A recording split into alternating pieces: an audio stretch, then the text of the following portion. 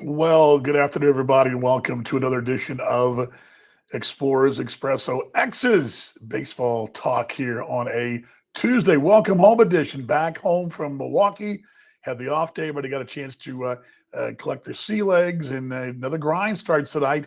Tuesday, Wednesday, Thursday against the Gary South Shore Railcats. Everybody, I'm Dan Vaughn, voice of the Cincinnati Explorers. Glad you're along this afternoon, and we're going to be short today. Not a lot to really get into. I want to go over a little bit over the weekend, but I want to get a lot. I don't want to dive in too much to it, but I will take your questions and comments. You got something to get off your chest? I want to hear about it. Want to hear what you think. I'm going to tell you what I think, but I also want to hear what you think. If I'm on target or not. I think that things are kind of in limbo a little bit. It's not overly bad. It's not overly good. It's kind of in the middle. And I'm going to give you some couple of things that I think that you should watch for, and whatever you guys say. And are you panicked? Are you worried? Are you, sweeps happen? Are you concerned? All that, all the above. And as the ball club in a big stretch right now, home for three, and a very long 9-game road trip that's got some off days into it. And then we roll to a final series against Sioux Falls for the month of June, and then into Lincoln again to close out the month and go carry into July. So you've got a lot of division buntmates coming up besides once you get past Gary.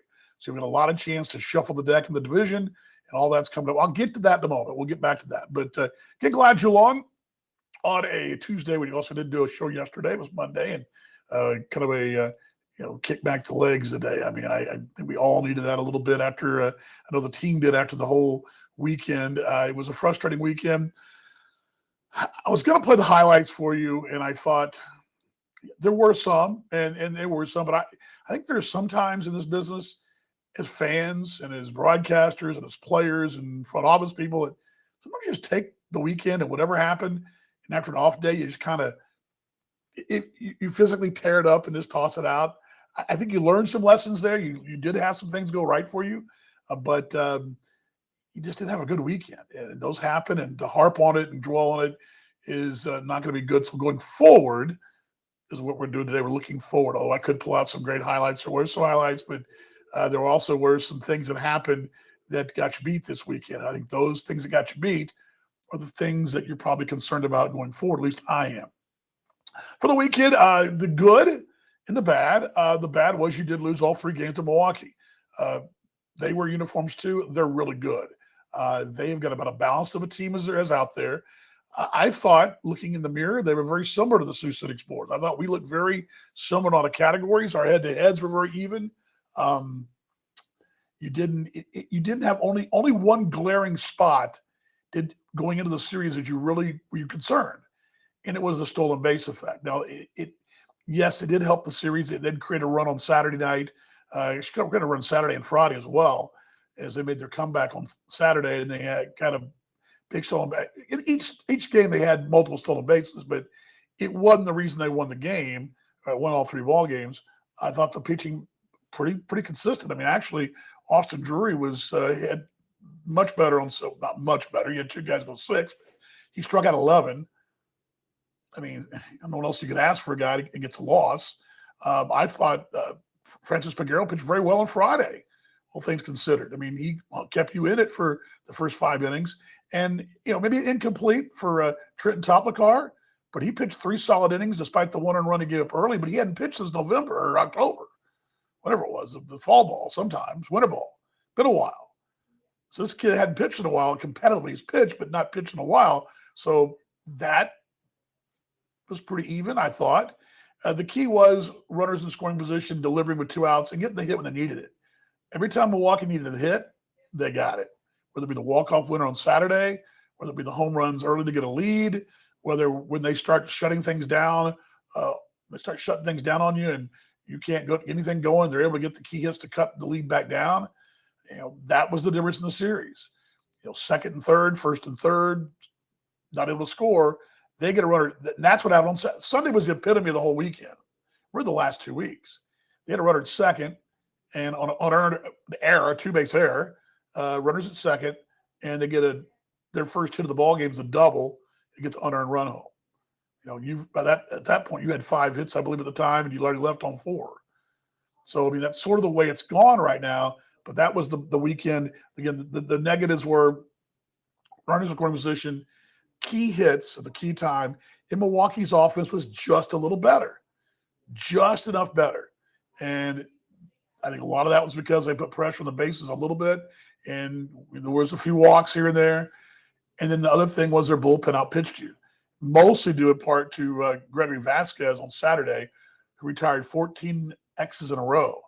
And that will not show up in the box score. It won't be something you'll hear about on the reports because they walked off winners. But they walk off winners because he retires 14 consecutive Explorers in the going from the fourth inning onward. And that gives them a chance to mount a comeback. He stops the bleeding. The X's on two different occasions didn't stop the bleeding.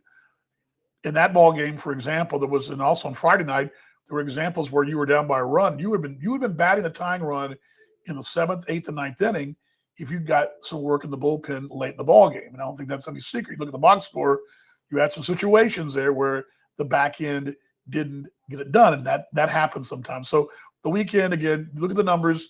I thought very similar. I would not be shocked to see Milwaukee again. I think that they represent what you can become. They do a lot of things pretty good, a couple things really well, but they're pretty consistent. They're not a one-trick pony. Perhaps our friends in Sioux Falls who will score runs aplenty and knock some hits on you. They can't throw strikes. These guys can throw some strikes. Can run a guy out there like Christian Young, who went out there and tossed 7-inning 2-hit ball. Or 6-inning 2-hit ball. They can do that, but so can we. And we got a guy who went out there and did that same thing. We had 2 really good starts in the weekend. So again, yes, it was a 3-0 sweep, but you lost a lead. You had a game that got out of hand on Friday where you were a little tired and you just couldn't muster anything, but you were in it the whole way until the late innings when your bullpen gave away, which has not been the case until recently. So say that for a moment. And then Sunday, you never got that key hit, and you just could not pull off that key hit in the right spot. And eventually, you ran out of time. These games are 9 innings. So silver lining to all this, though, I will tell you this little silver lining.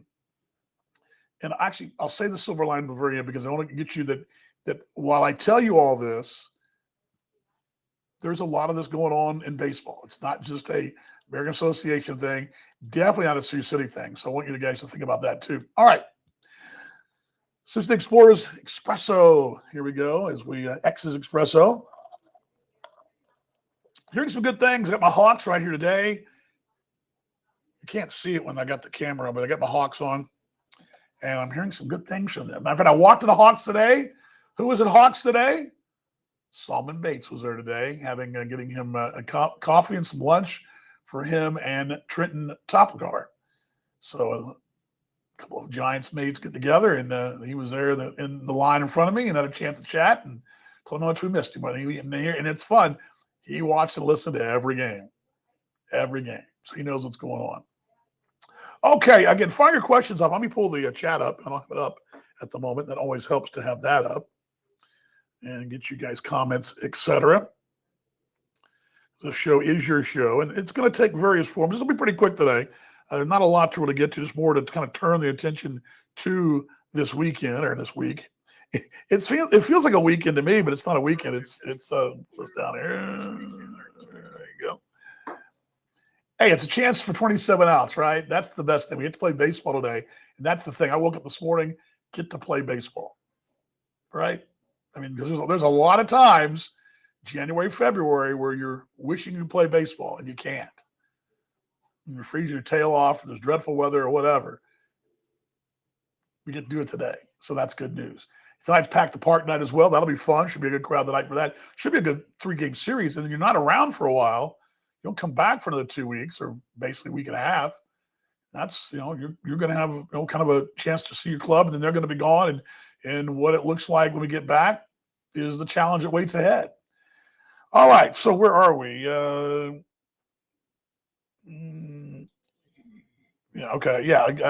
GMWC. Yeah, you know what? He loves it down there.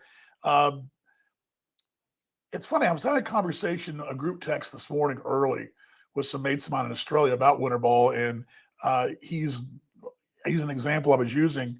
He's really flourished down there. I've had several guys over the years tell me how much they love playing in Venezuela. I had a real good friend of mine years ago, Derek Metello, former Philly Cub, and he was a pitching coach for a long time, since retired. He always talked about, yeah, his big league career was fine. His time in the big leagues was not a big career, but he had a few years. But his time in Venezuela was this highlight, because back in those days it was ruckus crowds, sellout crowds, and it's getting that way again. Venezuela's become that way again, and really all of the Caribbean has come that way again. And I credit WBC, the World Baseball Classic, and the growth of that game, and also the Caribbean Series. Those two things have parallel helped the growth again. The Caribbean Series has been going on, but they put the WBC in there. Suddenly there's even extra pride now, and you're seeing a lot of fun. Winter ball, I would encourage anyone that's perhaps going to spend a holiday in the Caribbean, pick a country that's got baseball. Puerto Rico, the territory of the United States, is a great place to go. I've been there a couple of times to watch winter ball. I actually went there and watched the Expos and Rangers years ago. Did that too at Baton Stadium there in San Juan. But great place to go watch winter ball. Mexico, I would recommend the stadium at Mazatlan's a blast. What about the Olympics? It helped. We were just talking about that. Austin and I were just talking about that about cricket, actually. That cricket, cricket's not been in the Olympics, and we're talking about that a little bit.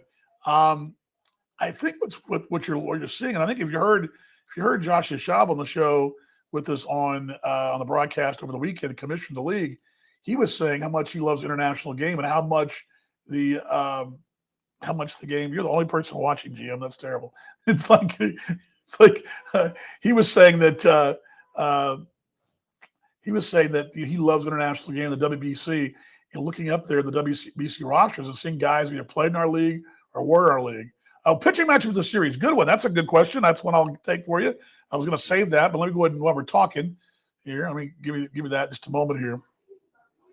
But yeah, WBC international growth is huge. What the WBC's done is bridge the gap and make people aware in North America that baseball's played other places. Yes, we all knew Japan played ball. We sort of knew Korea played ball, but not until the pandemic. But no one knew about Team Israel or Italy or the Great Britain story recently, Australia's run this year. No one knew about that, and North American fans do know that now. And they, I don't think they realize. I don't think fans realize, except they just hear, well, the Dominican Republic's got great baseball, but they don't really. No one ever goes on a holiday. That's why I encourage you, go on a holiday, go to the Dominican Republic, or go to Cuba, go to Cuba, go to Puerto Rico, go watch some baseball in the wintertime. You'll see a mad baseball countries. And what it tells me is the influence of the great game and how the game has got such a place of bringing people together. Sports can do that, whether it be soccer, basketball, baseball, whatever. And it just shows you we can all come together for a great game, and we can all be from different places, different temperaments, towns, and conventions, and all stay and play baseball. Pitching matchup. David has that. The pitching matchup tonight be Jared Weatherby going for Sioux City, and he is going to face double check. I got it right here. It's going to be the 3-year veteran. He's back for his third year, John Sheeks. Now, Sheeks is a guy that's a holdover from the days of Greg Taggart. Now, Sheeks this year, 6'5", 220, big kid at Cal State University, Long Beach. So Long Beach State, one of those dirt bags, they call them out. That's their self-nicknamed team, affectionately called. This year, he's 2-1 with a 6.63. Last year, 5-8 at 4.64. The first year there, he had 7 starts, and he went a 9 starts, 5.40 in 21. So he's a 3-year guy coming to Gary. He's one of those guys, few handfuls that have held over from the Greg Taggart times. That sort of, it wasn't a complete house cleaning. But Greg Taggart now in Winnipeg took a year off, or for the Giants. But Lamar Rogers, who now is the skipper, and he's down his second year, and I think this is a great opportunity for them. And with him getting a second year in, but Weatherby goes tonight. Here's a stat for Weatherby. Okay, this comes from our research department. Team is 5-0 when he starts. So the team is 5-0 when he starts. The only guy in the rotation that's 5-0, the only pitcher we have that's 5-0 when he pitches. The team is 5-0. I mean, there's no bullpen piece. There's no starter. I mean, we're talking even, I believe Solomon is, let's see here, right here somewhere. Solomon is in Verberg as well. Let me pull those numbers up for you quickly here. But impressive run for Verberg. But yeah, team is 5-0 Weatherby pitches, 4-2 for Bates, 2-3 for Verberg. Now remember, Verberg had that 2 starts where he left early, and that you count that as one of those was a loss, but you don't. One was you don't penalize him. I'm just saying the team was 2-3 when he pitches, but probably would be 3-4 and 2 if he's healthy. That's what I'm saying. Drury, who's pitched great. Drury's got 2 quality starts, but has got 2 losses in those quality starts. He's 2-4. But Weatherby 5-0, and impressive stuff right there. Closest thing to it, relief wise, actually reliever wise, this is interesting too. Francis Peguero, and I'd forgotten this, but when he moved to the rotation, this is what I talked about, pulling a piece out and going to the rotation and weakening the bullpen. They're 4-1 when he pitches in relief. He had 3 really big outings in relief that I'd totally forgotten about. One against Kansas City, one against Lake Country. They were both real big. And then he had a stint against King County as well on the road. All were bullpen starts, or all bullpen appearances of more than an inning.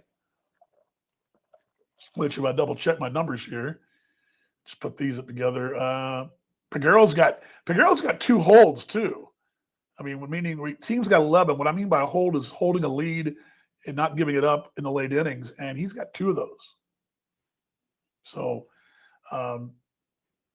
again, I hadn't realized that until I broke those numbers down this morning. But yeah, those are 2 pieces that, again, I think it really validates what I talked about. Not that I need validation, but let's see here. I got the screen back up again. Sorry about that. Why my screen's not coming up? Let's see what I'll try. Let me try this, and the screen will pop up.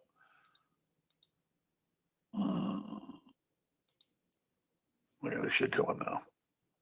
Hopefully. Or maybe not. Let's hope. Comments are on. Okay. I hope they'll come on. All right. Rick says, I'll be with you again this week. Awesome. Love to hear that. Love to hear that. Love to hear that. And this weekend, of course, we'll be in Lincoln. How about that now? Big series. Big stretch of games coming up, too. But let's get to this bunch first. What's Gary done differently than the past? Remember, Gary in the past was sort of the team, the scrappy bunch. They'd rail catch you, bunt, hit and run, draw walks. They were pesky as heck. I mean, I remember some big time matchups. For example, when Wichita had the best record in the league in 2013, Wichita was clearly the best club on paper, but they got rail catted in the finals, and the little game. I mean, Gary hit 22 home runs that year. That was it. They rail catted them to death and beat them in a way that you wouldn't normally beat a team like a Wichita, or now it would be a case of Fargo or a Kansas City. You wouldn't do that. Number wise, interesting stuff. They're pretty close. If you thought Milwaukee was a mirror, this is pretty close as well. 258 offensively for Sioux City, 261 for them. That's 7th and 8th, right on each other's tails. We scored 2 more runs than they have, 4th and 5th. Home run wise, we're 6th. They're 9th, 26 and 23. Hits, 3 apart. We've got 250. They got 253. Stolen bases, 45 to 53. They're 2nd in the league, though. We're tied for 7th, but there's a lot of teams kind of bunched in that 45 to 48 range, somewhere in there. Walks, Sioux City's 119. They got 118. That's about the play. I mean, they're very close. Strikeouts, 210 to 220. We're 6th, they're 4th. On base percentage, X is 352. That's 9th. They're 6th at 357, but you've got 3 teams all kind of bunched in there. Pitching wise is where I think the X's have an advantage here, and this has sort of been the case. But again, it's got to come at the right time. You've got one more of these, you probably get a win over the weekend. And it's a strikeout. You've got 253 strikeouts. That leads the league. They're 3rd, though, 238. ERA of 4.51. That's 4th. They got a 5.09. That's 9th. Average against, 234. That's the 2nd lowest in the league. 255 is 7th, right? Just past the middle. X's have allowed the 8th most hits, 228. That's good. They've got 252, slightly more. Here's a pretty good difference. The Walks 115, that's ninth. They got 121. That's tied for third. And so you see that they're all, a slight edge towards Sioux City. So those are some numbers for the tail of the tape in the series here. So there's more weather be down. I was looking at weather for a while there. Let's hope it is warmer in Lincoln. Well, I heard the forecast today on KSCJ, and it's going to be 90 on Thursday here. So you figure a little south of here, 92. You think? It's going to be great the next 2 days, really the next 3 days. It'll be warm on Thursday, but it's going to be great at night. It's going to be great in the daytime. It's great outside right now. Phenomenal weather. So it should be a really, really good stretch there. Questions, comments, anybody got them here? Where is this team? And I think we're now at the point where we're 27 games in. We can kind of say, okay, this is where we are, and this is what we can work on. At this point, in the way the American Association sits, you've got 4 monsters and 2 in each division. We just saw one in Milwaukee. They're a monster. And Cleveland is playing really good ball again. They just continue to, for every lull they have, they double it up again, right? That's what they do. What's the biggest issue? Biggest issue right now, they're starting 8-1. Well, and that's going to be part of it, Jason. To answer your question, the numbers tell us, and sometimes the numbers don't lie, and sometimes they're right there in front of us. The X's have had some issues in the 7th inning. That's been a problem. And I think that goes back to having to move a guy from your bullpen into your rotation. That means you've got to have moved some of the pieces around. And you've had to use some guys too. X's have had, let me find it here. X's have allowed 24 runs in the 7th inning this year. That's the most. Second most is 22 in the 1st inning. Now, you get what's been impressive is second and third times through the rotation, or second and third time the lineup. As you go along, it gets 22 runs the 1st inning, 17, 13, 13, 12, 10 to the 6th inning. It drops. Then it jumps back up the 24 in the 7th, 11 in the 8th, and 8 in the 9th inning. But that 7th inning's been a problem. The numbers for Sean Rakowski are very good. I'll pull those up again for you guys here. I was just pulling these numbers up. He has been thrust in a couple roles that aren't his doing. He's 2 of 4 in saves. One of those saves was a blown save in extra innings. I hate to count that, but it has to count. But he's been very good when he's in his ERA's phenomenal. Got 3 relief wins as well. So he's been very good. I think the thing is you need one more piece down there to probably bridge you into the inning, or into the 7th inning, and you can save or move a guy back earlier. That to me seems to be the issue. But they are thinner in that situation. They are thinner right now, Jason, than they were at any point in the year because, again, I use Peguero as an example. They're 4-2 when he pitched. And Peguero is now having to go from that role he had those 3 games that he was those holds, or 2 games he got the holds in, to being the starter. And you move a piece, somebody's going to cover the other one. They haven't done that. I also think they've worked a lot. I mean, this team needs 7th, 8th inning performances from their starters. And they've been getting 6, but you let it get 7, and that would help a lot too. Because I believe poor Nate Gherkin, that guy would pitch every day if he could. He would. He will do that. But it's just hard for. I mean, it's hard. Pitch every day is hard. I think Brandon Brosher is a guy who likes to get the ball too, but they've been asked to pitch a lot. And now Ken Hasler had a bit of a rough outing around the gas on Saturday night, but he's pitched very well until that point. Still pitched great. And he wasn't available for a long stretch. He was kind of was a little tweaked up, and he wasn't pitching. So he didn't pitch for a better part of 2 weeks. So now that he's back, I think that'll help too. Now, granted, the limited sample size has been pretty good. Forgive the game on Saturday, but that was a game the X's. That goes back to what we talked about too. Why did Milwaukee win that game? When they got the key base hit when they were runner aboard. 2 down, you get Torres to pop out. Guy hitting 1,000, whatever he's hitting, 400. Best hitter in the league right now. You get him to pop out. You get a strikeout. You got 2 outs. You get a guy that you don't expect to hurt you. but to put the ball in play, he does, and it squeezes right through your 3-4 hole to win a ball game. I mean, you that's sort of been the way it's been going, and it's been going that way more times than not in the seventh. That's what happened over the weekend. When you gave up a run in the seventh on Friday. I'm sorry, Saturday and Friday, both. And those 2 runs you gave on Friday were huge because you wind up losing by, you would have been batting the tying run at any point in that last 3 innings. And that changes everybody's approach. It takes the pressure off having to, get 3 guys aboard, hit a home run. This club's proven if they get aboard, they can get guys around the bases, at least get them in scoring position. But good stuff, though, Jason. But I think the big thing is that they're tired, and you've moved guys around. That's why I think having Trenton Topicar is going to be good. He's not going to be throwing 6 or 7 innings just yet. He's on a limited pitch count, but getting him in the rotation will help. Getting Verberg back will help. But what that does is put everybody else back in their normal spots. They're not having to do double duty. And when this thing's set up right, the way this thing's set up by Steve Montgomery is he locks you down with the bullpen.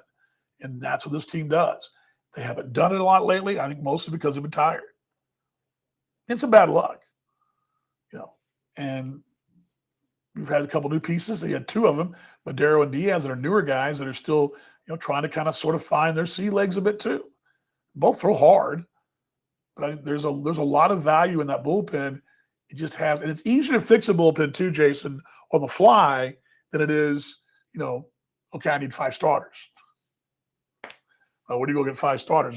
Is there a starter store to the street? Just go get, but a bullpen, you get 1 piece, and you can add a guy here, and that's why this is the thing. That's why Heitor Tokar is so important to the ball club.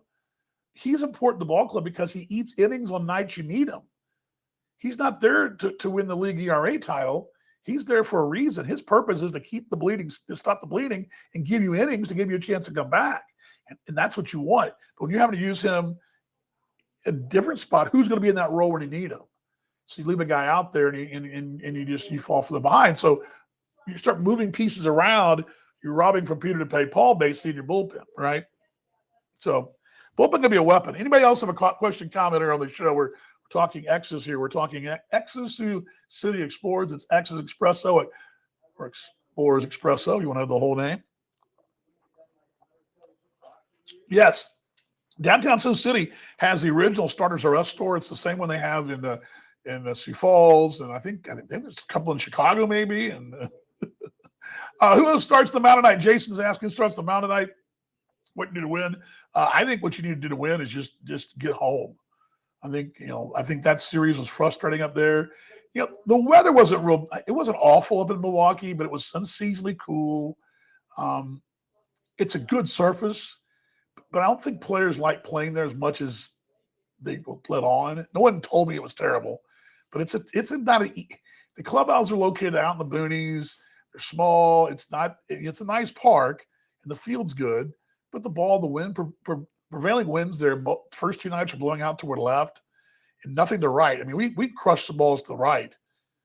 I remember sitting there watching BP on Friday with Mongo, and I'm like, that ball was smoked, and it blows down in the alley and going to be out, right? And anything hit like a lollipop to left, carried and got out of the yard. I mean, there was a double they had like that. It kept blowing away. Now, Sunday, the wind blew back in, but I think, getting back home is a big thing. And plus, I like what you got going on here. Gary's going to see three legitimate solid starters here. Your rotation's been pretty good. And an ERA around 4 in this league, as your starting rotation, that's good. If your starting rotation is going to be only 4 runs a ball game, in this league, you're going to win 70% of your ball games. And this rotation's done it. You're going to see Weatherby tonight. You're going to see Solomon Bates, who's been outstanding this year. And you're going to see Peguero again on Thursday, probably for the final time, at least initially. And, you're going to see that. Let's see here. We should be more rested. Rested to travel to Lincoln. Last year was a killer. I know I was talking. Yes. Yeah, Rick, you ain't kidding. This next trip is friendlier. It's tougher, but it's friendlier. And what I mean by that is the Cleburne trip was a beating because you went down and back with no off day. That's WD-40, a 12-hour drive, 11-hour drive down there. and you got to go down and play. You got to put game on. You got a night game here, night game there, night game there, night game here. No off day. Now this trip, you've got home on Thursday, the short drive to Lincoln on Friday, day game at Lincoln on Sunday, off day Monday to Kansas City, another shorter trip, which is what was that 3.5 hours down there, 4, something like that, 3.5. And you're there, and then you've got the trip to Fargo. Now Fargo's going to be the tough one because Fargo, you play a night game in KC, and you play at Fargo the next night, and that's about an 8-hour drive. So that will be a little tough, but that's no different than what you did going to Kane County or to Milwaukee. You've done it before, and you'll leave, 10 o'clock, get there early in the morning. That'll be the tough part. But coming back, you have an off day on the Monday after the game in Fargo, a day game in Fargo, Monday off day. So you get the 2 off days in this stretch, which will help break the series up and make it a little more manageable. It won't be easy. It's not easy to playing 2 teams as good as those 2 teams. I don't know what Lincoln's doing. Hell, Lincoln, you look up today, Lincoln's now right in your bumper. They were down the bottom 3 days ago, and you've lost 3. They won 3, and suddenly Lincoln is a game behind you. So these are all big series coming up because, again, as we talked about, you don't want to fall too far behind these tiebreakers. So it's a big deal there. Let's play last call for questions here. Going back tomorrow, right here at noon again, we will look at tonight's ball game. Tonight, Pack the Park.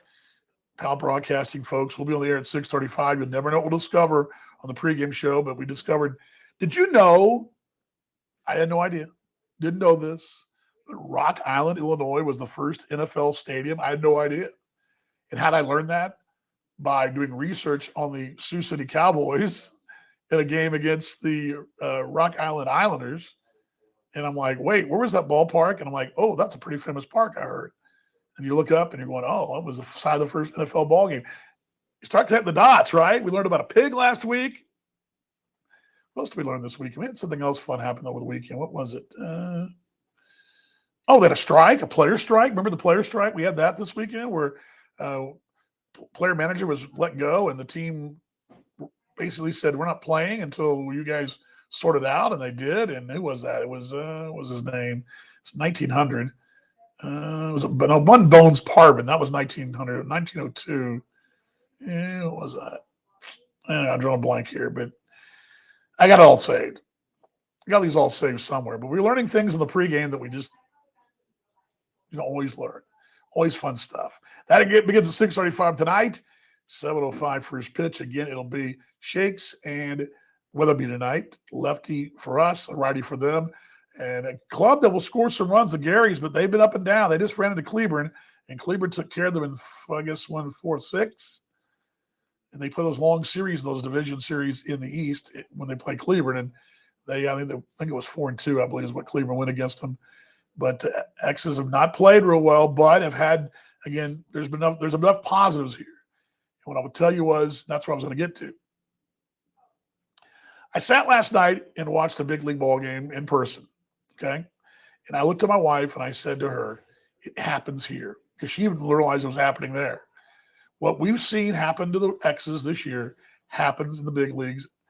And I didn't even realize it happens as much as it does. It happens 3 times a game, even the highest level. I'm watching the Angels and Rangers last night in person there at Globe Life Field. And Texas has 8th inning double with 1 out, can't score. Texas has a winning run at third base with 1 out, can't score. Texas in the extra innings, Texas retires the Angels. They're bottom of 6 of the order, 1, 2, 3, keep them off the board. But yet, in their chance to score 1 run with a runner at second, they had first and third, they had second and third, and they couldn't get the ball in the air deep enough to score a run, or couldn't get the ball in the infield. It happens. Struggles and these frustrating moments happen at the highest level. I looked at my wife and I said, it happens here too. I mean, what we've gone through happens at the big. Now, the question is how you rebound. How do you go about your business and get yourself turned around? Well, in the Rangers case, their best record under 60 ball games they've ever had. And the Angels are still trailing by 5 games. But what happens in the 12th inning? Ohtani hits a home run and game, set, match. But it happens there. The difference is the X's are trying to get themselves back there. But I think what I was going to tell you guys, the other silver lining is this thing, You're seeing separation. You got the four beasts, Fargo, Kansas City, Milwaukee, Cleveland. Those four appear to be really big juggernauts right now. Now, can they all stay healthy? Can they keep guys from getting, will they lose players? Will guys get, their contracts transferred? Who knows? Will Milwaukee stay as red hot as they've been? Maybe. Figure Kansas City and Fargo, they're probably going to probably play, 600 ball, I would think. Probably okay. Cleveland, they're a little up and down, but they've been pretty much more up than down. So you got those four. Then you got the middle pack. This is where Sioux City sits. Sioux City's knocking on the door of the upper echelon, but leading the middle pack. Tell me a club in the middle pack that you feel like is better than this one. You split with Kane County, right? You're on the season series with Sioux Falls. They're behind you. Lincoln, maybe, but you're going to find them play them again this weekend. And the eye test tells you you're just as good as they are. Chicago's lost 9 straight. Do you believe in them? Gary Southshore Railcats will find out this week. So maybe Gary's the other team that's right there with you trying to knock on the door. So you're right there. And how do you get from this middle point, which is a playoff spot, to those four beasts? Well, the opportunity's there. It's right in front of you. These games are coming up. You go on this road trip and you win this series, you win the next 3, you win the next 4 series, we're having a different conversation. Totally different conversation. 2 weeks from now, we'll be having a different conversation before we play Sioux Falls. That conversation will be just how good are these guys? You win all 3. Doesn't mean you sweep them, but you win all 3 series. You're going to find yourself as one of those beasts as well. So the opportunity's there. Yes, you're shorthanded, but you got to get it and go. And the margin of error in this thing's been really thin. What beat you this weekend? Bullpen woes in the 7th and not scoring when you needed to. Can those be fixed? Sure. Can they be fixed within? Sure. They got to be fixed now. So I'll leave it at that thought. So there's some silver lining there. Good stuff, everybody, for stop by. Back with you again tomorrow. We'll have highlights tomorrow. Austin will be getting those ready to go. Let it have you guys out tonight. Again, tickets at xsbaseball.com. Of course, come by and see us. I just saw somebody walk up and watch Tom leaving. He's going to the bank. Sorry. Thought he was a ticket customer. There was somebody walked in a moment ago, but that's Tom right there leaving. But hey, you got. And I told my wife this too. We were talking this last night. Passion goes a long way, and you got to remember that this franchise has a passionate leader in that dugout. I'm not trying to shill for them. I'm just telling you, I've sat in the seat in Kansas City that's been a perennial contender. I mean, I knew in Kansas City they were going to be fine. Probably going to break a record every year in some kind of crazy fashion to be in the postseason. But I also knew that Sioux City was waiting in the wings and had already, beaten you once and had been the thorn in your side. And I knew that this passionate team that's run by Steve Montgomery was a tough customer. I knew that. I didn't want to play him. This time last year, when Lincoln got in the postseason, we were doing a happy dance in Kansas City. Don't kid yourself. You don't want to play Sioux City in the playoffs last year. No way. We want to play Lincoln. Don't kid yourself. And I'm telling you, there is a respect factor here because this is a different operation than the bells and whistles of Milwaukee or the shiny stadium in Winnipeg or Kansas City or whatever. This is an operation that's small town values, that is passionate fans, that is, hey, we're the underdog, that's us. We're going to go out and bite you in the heels. And it makes for a really fun time as a broadcaster to be a part of that. And as a visiting team, and you know what's coming up, I never enjoyed my trips to face this team or at home. Never. So while things be a little down right now, you're 13 and 15. I've seen this too many times and know that this is not the finished product. And there's a lot of really good baseball ahead. So let's try to get it all started tonight at 6:35 on the air, 7:05 we roll. And again, yes, the Talent people are awesome. We love it. And thanks to Hawks for making this up. And I'm hearing good things that Hawks may be doing some things those too. I'm just hearing that. Hey, Hawks is good enough for Solomon Bates. Is good enough for me. All right. That's their new advertising slogan. If Solomon likes it, the DB does too. That's good enough for me. That's their new slogan. All right, everybody. We'll see you in the broadcast tonight. And we will see you at the ballpark as well. Go X's. You guys ready for 1, 2, 3, go X's? I'm ready.